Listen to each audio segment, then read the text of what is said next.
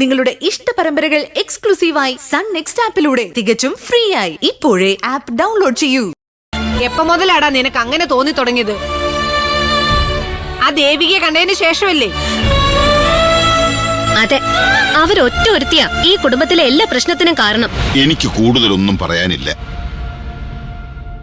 കുടുംബത്തിന് അപമാനമുണ്ടാക്കുന്ന ഒരു പ്രവൃത്തിയും സിദ്ധുവിന്റെ ഭാഗത്തു നിന്നുണ്ടാകില്ലെന്നാണ് എന്റെ വിശ്വാസം.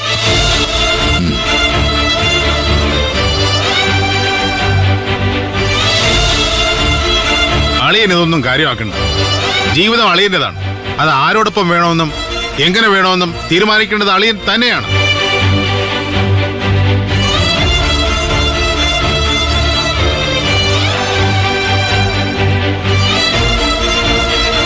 അളിയന്റെ ഏത് തീരുമാനത്തിനോടൊപ്പവും ഞാനുണ്ടാവും.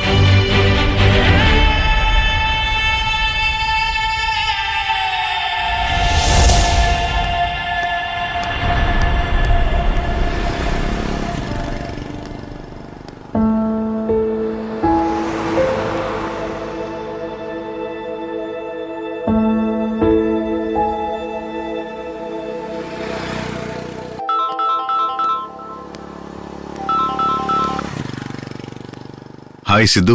ആ ഡോക്ടറെ, എന്തു പറ്റി? ശബ്ദമല്ലാതിരിക്കുന്നേ? ഏയ് ഒന്നുമില്ല. അത് ചുമ്മാ. എനിക്ക് എന്റെ പേഷ്യന്റിന്റെ, അത് ആരുടെ ആയാലും ശബ്ദം കേട്ടാ മതി.